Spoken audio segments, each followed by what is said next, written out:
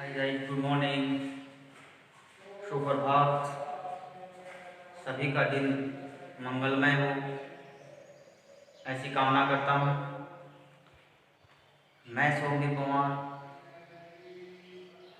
आज फिर से एक नई क्लास को लेकर के आपके सामने हूँ। अपना जो सिलेबस चल रहा है उस सिलेबस की श्रृंखला में क्लास 10th में जो चैप्टर 6 है केंद्र सरकार, और केंद्र सरकार में हमने पार्लियामेंट के बारे में पढ़ा। पार्लियामेंट के जो पार्ट्स हैं, लोकसभा, राज्यसभा और राष्ट्रपति की चर्चा चल रही है। पिछली क्लास के अंदर हमने राष्ट्रपति के बारे में पढ़ा, अनुच्छेद 58, 59, 60 और 61 के अंदर। आज का जो हमारा टॉपिक है उसमें हम पढ़ेंगे राष्ट्रपति का निर्वाचन। देखिए, राष्ट्रपति का निर्वाचन उतारते रहना इसको। तो राष्ट्रपति का निर्वाचन इस प्रकार से देखो, लोकसभा, राज्यसभा और विधानसभा के निर्वाचित सदस्य कौन कौन भाग लेते हैं राष्ट्रपति के निर्वाचन में? लोकसभा, राज्यसभा,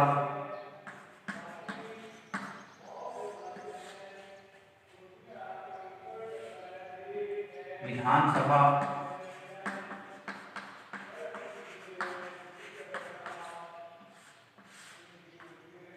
लोकसभा, राज्यसभा व विधानसभाओं के जो निर्वाचित सदस्य हैं, निर्वाचित सदस्य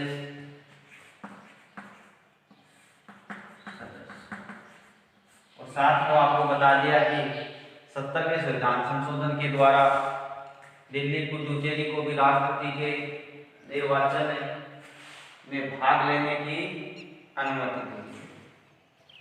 तो राष्ट्रपति का निर्वाचन में लोकसभा, राज्यसभा व विधानसभाओं के निर्वाचित सदस्य भाग लेते हैं।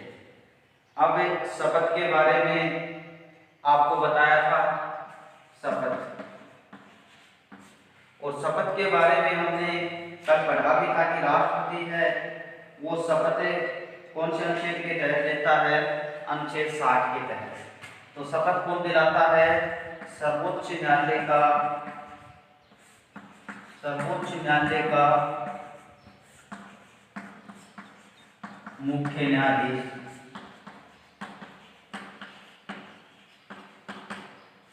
ठीक है गाइस, राष्ट्रपति को शपथ कौन दिलाएगा? सर्वोच्च न्यायालय का मुख्य न्यायाधीश। राष्ट्रपति अपना त्याग पत्र किसे देता है? त्याग पत्र, ध्यान से देखना। तो राष्ट्रपति अपना त्याग पत्र देता है उपराष्ट्रपति को। किसको? उपराष्ट्रपति। ठीक है, उपराष्ट्रपति किसको देता है? राष्ट्रपति को। अब उपराष्ट्रपति इसकी सूचना किसको देगा? सूचना देगा किसको? लोकसभा के अध्यक्ष को, लोकसभा अध्यक्ष को। यानी जैसे ही राष्ट्रपति क्या करेगा? अपना त्याग पत्र देगा, किसको? उपराष्ट्रपति को। तो उपराष्ट्रपति तुरंत ही ये सूचना किसको देगा? लोकसभा के अध्यक्ष को ये सूचना देगा कि राष्ट्रपति अपना त्याग पत्र दे रहा है। वेतन देखिए, जो राष्ट्रपति का वेतन है वो 1.5 लाख है, 1.5 लाख, यानी 1.5 लाख रुपए। कितने हैं? 1.5 लाख रुपए। संभावित हैं 5 लाख, संभावित 5 लाख। कितना है? 5 लाख। ये होता है टैक्स रहित, होता है, इस पे किसी प्रकार का टैक्स नहीं लगता है। तो राष्ट्रपति का जो वेतन है वो 1.5 लाख रुपए, समझ गए ना? संभावित 5 लाख रुपए है, 5 लाख करने की घोषणा की गई है। और ये टैक्स रहित होता है, किसी प्रकार का टैक्स इस पे नहीं लगता। ये क्रम से देख लेना। प्रथम राष्ट्रपति कौन थे? प्रथम राष्ट्रपति डॉक्टर राजेंद्र प्रसाद। कौन थे? डॉक्टर राजेंद्र प्रसाद। ये भारत के प्रथम राष्ट्रपति थे। स्वाधीन भारत के प्रथम राष्ट्रपति यही थे। और वर्तमान में कौन है? वर्तमान में जो राष्ट्रपति हैं वो हैं रामनाथ कोविंद। कौन है? रामनाथ कोविंद। समझ गए ना इतनी बात को? तो ये बात ध्यान में रखना, राष्ट्रपति के निर्वाचन में लोकसभा, राज्यसभा, राज्यों की जो विधानसभाएं होती हैं उन विधानसभाओं के निर्वाचित सदस्य भाग लेते हैं। राष्ट्रपति एक शपथ है, राष्ट्रपति को शपथ दिलाता है। वो कौन दिलाता? सर्वोच्च न्यायालय का जो चीफ जस्टिस होता है, मुख्य न्यायाधीश दिलाता है। राष्ट्रपति अपना त्याग पत्र है वो भारत के उपराष्ट्रपति को देता। उपराष्ट्रपति तुरंत इसकी सूचना किसको देगा? लोकसभा के स्पीकर को देगा। वेतन 1.5 लाख रुपए है, एक 50 लाख। संभावित है वो कितना है? 5। टैक्स रहित होगा। इसके अलावा प्रथम जो राष्ट्रपति थे वो डॉक्टर राजेंद्र प्रसाद थे, 2 बार लगातार राष्ट्रपति बने थे। और वर्तमान में रामनाथ कोविंद है। तो रामनाथ कोविंद से संबंधित थोड़े से तथ्य देख लेते हैं। रामनाथ कोविंद व्यक्तिगत रूप से, यानी व्यक्ति क्रम से देखे जाए तो 14वां पद क्रम की दृष्टि से 15वां राष्ट्रपति है। ये क्या है? व्यक्ति क्रम से कौन से राष्ट्रपति हैं? यानी राष्ट्रपति के पद पर बैठने वाले व्यक्तियों में इसका कौन सा नंबर आता था? यानी 14 व्यक्ति आज तक राष्ट्रपति के जो पद है उस को धारण किया उन्होंने। समझ गए ना? और पद क्रम की दृष्टि से ध्यान में रखना, पद क्रम की दृष्टि से 15वें राष्ट्रपति। पद क्रम 15वें। देखिए 15वें क्यों है? क्योंकि अभी बताया डॉक्टर राजेंद्र प्रसाद 2 बार राष्ट्रपति बने, तो पद तो एक ही है। एक ही व्यक्ति ने एक ही पद को 2 बार धारण किया, तो वहां व्यक्ति की गणना की एक में होगी, जबकि पद की गणना, समझ गए ना? पद को 2 बार धारण कर लिया उसने, एक ही पद को 2 बार धारण किया, तो यहाँ पद की संख्या कितनी आएगी? 15 आएगी। जबकि व्यक्ति तो एक ही था, व्यक्ति कितने आएंगे? 14 आएंगे। अब रामनाथ कोविंद राष्ट्रपति बनने से पहले बिहार के राज्यपाल थे। कहाँ के राज्यपाल थे? बिहार के राज्यपाल थे। इतनी बात ध्यान में रखना, राष्ट्रपति बनने से पहले ये बिहार के राज्यपाल थे। कई बार क्वेश्चन पूछ लेते हैं, जैसे हम देखें कि राजस्थान पुलिस का एग्जाम हुआ था, उसमें क्वेश्चन पूछा था प्रतिभा देवी सिंह पाटिल के बारे में पूछा गया था कि जो राष्ट्रपति बनी थी प्रतिभा देवी सिंह पाटिल, तो उस समय वो राजस्थान की राज्यपाल थी।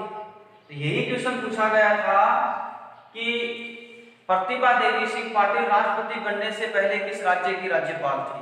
तो वहां पे क्वेश्चन है राजस्थान था, वो राइट था आंसर। इस प्रकार से क्वेश्चन पूछ सकते हैं, तो इसको ध्यान में रखना है। बिहार के क्या थे? राज्यपाल थे।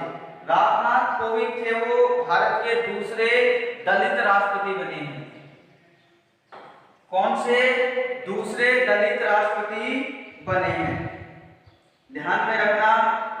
और ये 1994 से 2006 तक यूपी से राज्यसभा के सदस्य भी रहे थे।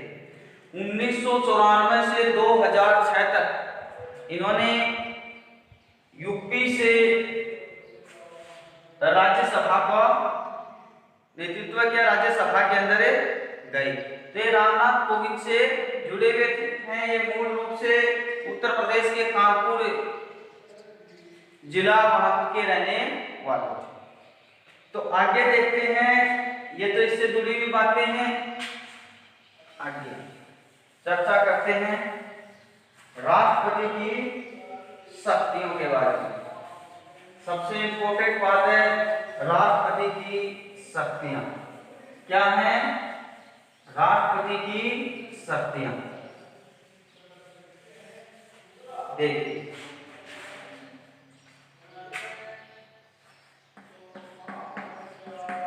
राष्ट्रपति की शक्तियां, ठीक है। ध्यान से देखना कि राष्ट्रपति को भारत का प्रथम नागरिक होने के कारण संविधान के अनुसार कौन कौन सी शक्तियां प्राप्त हैं, जिन शक्तियों का जो प्रयोग है वो स्वयं विवेक से कर सकता है। देखिए तो राष्ट्रपति को दो प्रकार की शक्तियां मिली हुई है, सामान्य शक्तियां और आपातकालीन शक्तियां। कितने प्रकार की शक्तियां मिली हुई हैं? एक तो शक्ति कौन सी हो गई? सामान्यकालीन शक्ति, यानी सामान्य शक्ति, सामान्य शक्तियां। और दूसरी कौन सी है? आपातकालीन शक्ति।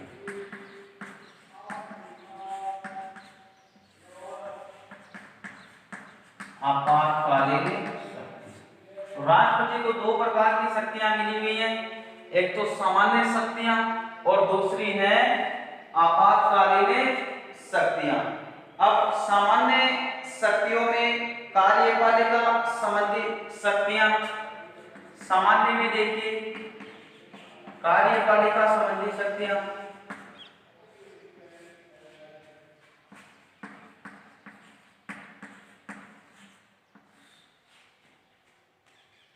शक्तियां।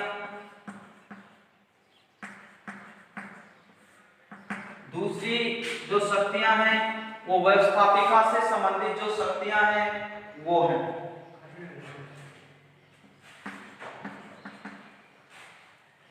व्यवस्थापिका से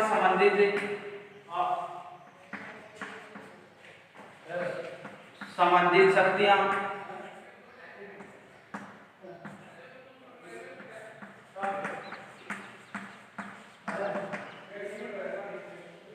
तीसरी न्यायपालिका से संबंधित शक्तियां, यानी न्यायिक शक्तियां।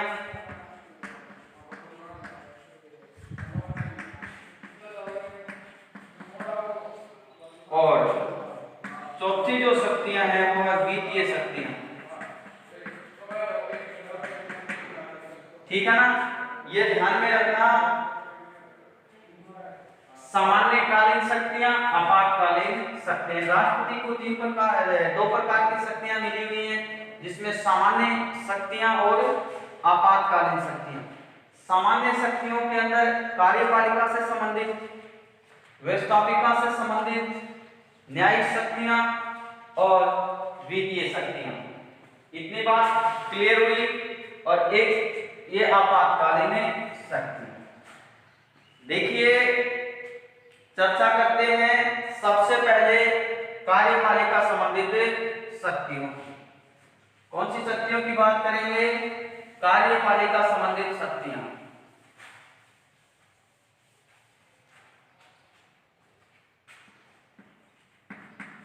कार्यपालिका संबंधित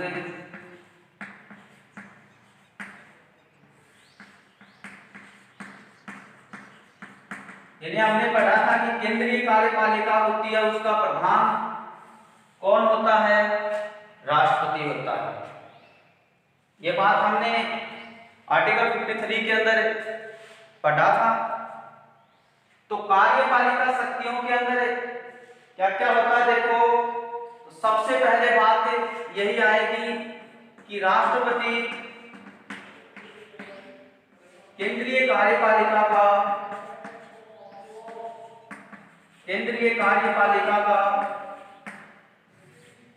प्रमुख होता है। यानी सरकार जो होती है उसका मुखिया तो प्रधानमंत्री होता है। यानी संवैधानिक रूप से देश में जो भी कार्य होते हैं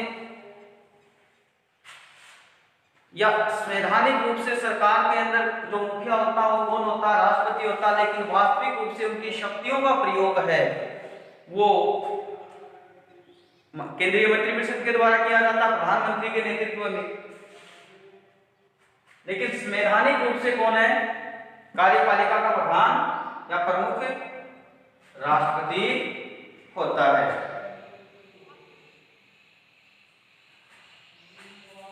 दूसरी बात इसके अंदर आएगी, राष्ट्रपति केंद्र में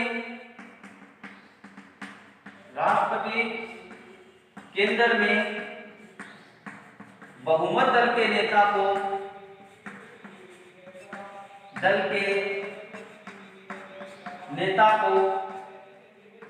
प्रधानमंत्री नियुक्त करता है।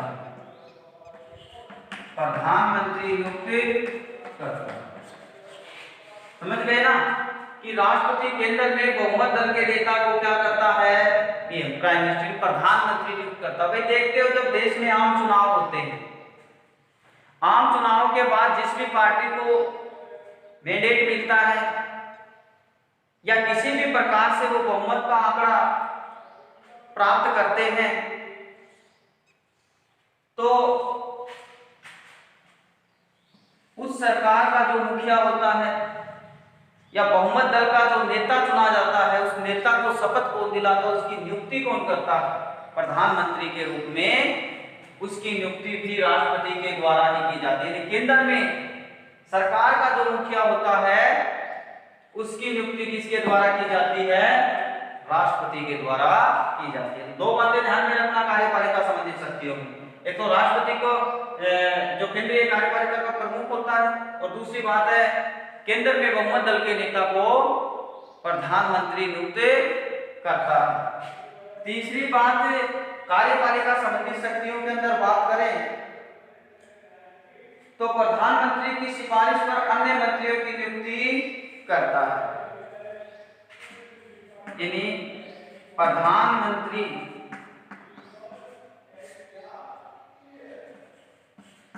की सिफारिश पर अन्य मंत्रियों की नियुक्ति करता है। समझ गए ना कि बहुमत दल के नेता को तो प्रधानमंत्री नियुक्त कर दिया, अब प्रधानमंत्री सिफारिश करेगा अपनी कैबिनेट के लिए, और उस कैबिनेट में किस किस को कौन सा मंत्री बनाना है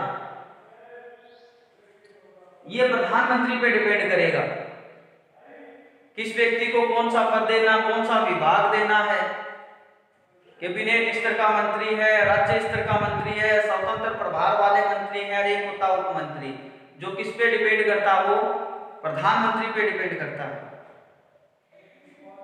अब प्रधानमंत्री अपने कैबिनेट की क्या करेगा?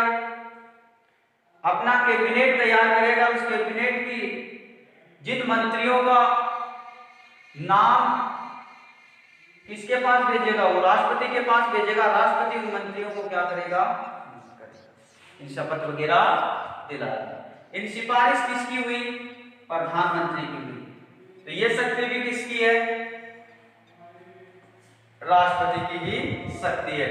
यानी कि प्रधानमंत्री की सिफारिश पर या सलाह पर या सुझाव पर अन्य मंत्रियों की नियुक्ति करना भी इसका सेल्फ पावर।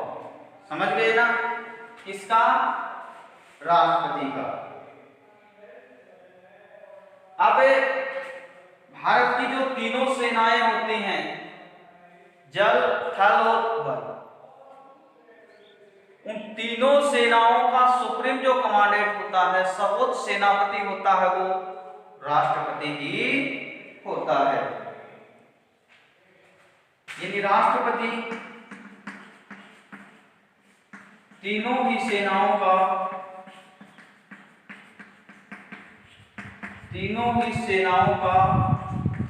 सर्वोच्च सेनापति होता है। सर्वोच्च सेनापति होता है। समझ गए ना? तीनों सेनाओं का सर्वोच्च सेनापति कौन होता है? राष्ट्रपति का। भी बार क्वेश्चन पूछा हुआ है। भारत की तीनों सेनाएं होती हैं, तीनों सेनाओं का सुप्रीम कौन होता है? सर्वोच्च सेनापति कौन होता है? वो भी भारत का महामहिम ही होता है। अगली बात राष्ट्रपति की कार्यपालिका शक्तियों के अंदर आता है, वह केंद्रीय स्तर की उपाधियों का वितरण करता है कि राष्ट्रपति केंद्रीय स्तर की उपाधियों का वितरण करता है।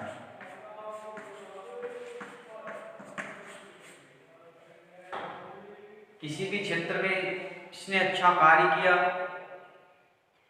या ऐसा व्यक्तित्व है, उसको सम्मान स्वरूप जो उपाधि प्रदान की जाती है, वो उपाधि राष्ट्रपति के द्वारा ही प्रदान की जाती है। अब विदेशी राष्ट्रों में राजदूतों व उच्चायुक्तों की नियुक्ति करता है। जो विदेशी देश होते हैं, विदेशों के अंदर या विदेशी राष्ट्रों के अंदर, विदेशी राष्ट्रों में यानी विदेशी दूसरे देशों के अंदर राजदूतों व उच्चायुक्तों, राजदूतों व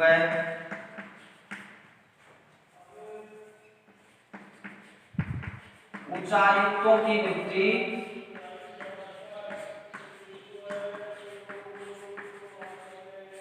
करता है। इतनी बात समझ में आई? विदेशों के अंदर राजदूत हैं, उच्चायुक्त हैं, उनकी नियुक्ति किसके द्वारा की जाती है? वो भी राष्ट्रपति के द्वारा ही की जाती है। इतनी बात समझ में आई? अगली बात राष्ट्रपति की कार्यपालिका संबंधी शक्तियों के अंदर आती है। अब जो केंद्रीय विश्वविद्यालय होते हैं, केंद्रीय विश्वविद्यालयों का कुलाधिपति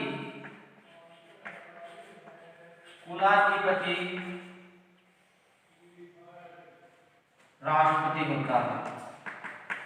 कौन होता है? राष्ट्रपति होता है। समझ में आई इतनी बात है कि केंद्रीय स्तर के जितने भी विश्वविद्यालय होंगे, उन विश्वविद्यालयों का कुलाधिपति भी होता है, तो वो भी कौन होता है? भारत का राष्ट्रपति ही होता है। ये भी उसकी कार्यपालिका से संबंधित क्या है? शक्तियां हैं। आगे की बात करें और इनके जो केंद्रीय विश्वविद्यालय में अंदर जो कुलपति होते हैं, कुलाधिपति तो कौन हो गया? राष्ट्रपति हो गया। और कुलपति होते हैं, और कुलपतियों की नियुक्ति कौन करेगा? वो भी राष्ट्रपति करेगा। यानी केंद्रीय विश्वविद्यालयों के कुलपतियों की नियुक्ति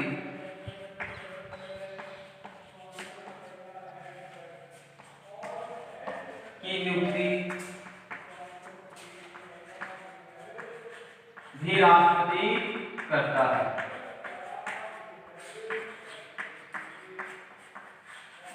समझ गए ना? तो इसके कार्यपालिका संबंधी जो कार्य हैं वो ध्यान में रखना।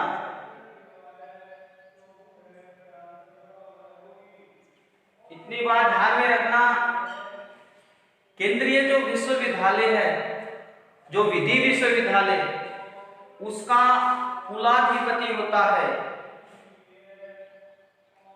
वो होता सुप्रीम कोर्ट का मुख्य न्यायाधीश। ध्यान में रखना, विधि विश्वविद्यालय का कुलाधिपति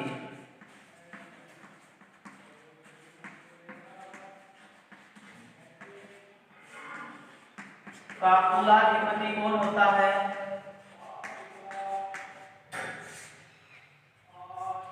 वो होता है एससी, यानी सुप्रीम कोर्ट का मुख्य न्यायाधीश।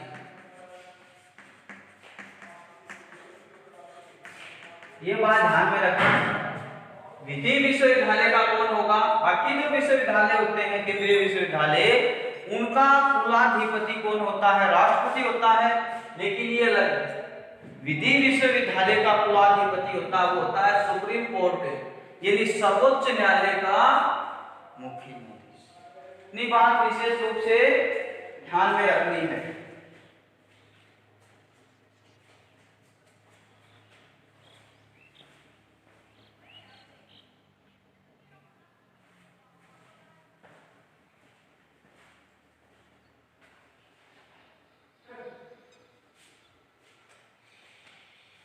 आगे देखिए, अब देखिए राष्ट्रपति है वो प्रत्येक राज्य में राज्यपाल, प्रत्येक राज्य में राज्यपाल व केंद्र शासित प्रदेशों में प्रशासक, यानी प्रत्येक राज्य के अंदर जो राज्यपाल है व केंद्र शासित प्रदेशों में उपराज्यपाल। केंद्र शासित प्रदेश मतलब है दिल्ली व पुदुचेरी में उपराज्यपाल, व बाकी केंद्र शासित प्रदेशों में प्रशासकों की नियुक्ति करता है।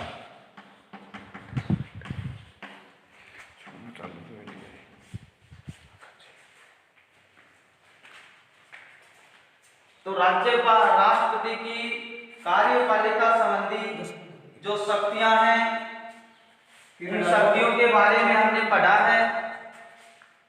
कल राष्ट्रपति की व्यवस्थापिका से संबंधित शक्तियां पढ़ेंगे, तब तक के लिए इनको पढ़ें। आज के लिए इतना ही। घर पे रहें, स्वस्थ रहें। जय हिंद।